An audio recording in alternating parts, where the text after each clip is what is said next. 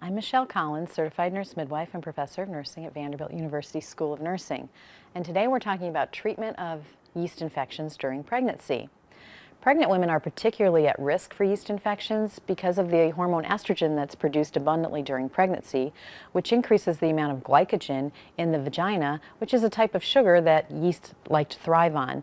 And so pregnant women may notice signs and symptoms of a yeast infection, which include vaginal itching, burning, discharge that may be very clumpy and whitish to yellowish to sometimes a hint of green. It's most important if a woman feels that she has a yeast infection to check with her midwife or her physician to make sure of the correct diagnosis, because there are other infections that may mimic the symptoms of yeast and that may put her at risk for preterm delivery.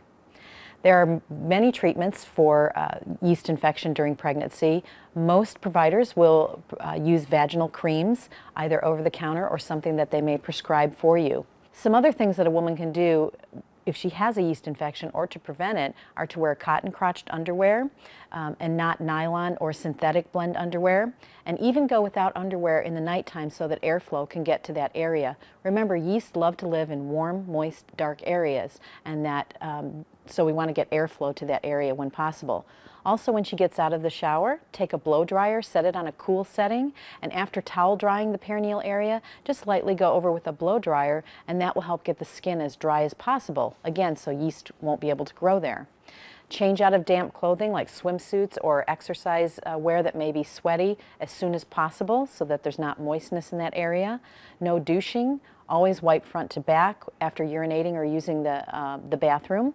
Try to decrease high sugar foods or high carbohydrate foods in one's diet, and don't use any feminine deodorant sprays, bubble baths, or any type of perfumed lotions in the perineal area. And there is some literature that notes that adding more yogurt or acidophilus cultures to one's diet may be very helpful in treating yeast. There are other complementary types of treatment, and you'll want to discuss those with your midwife or your obstetrical provider.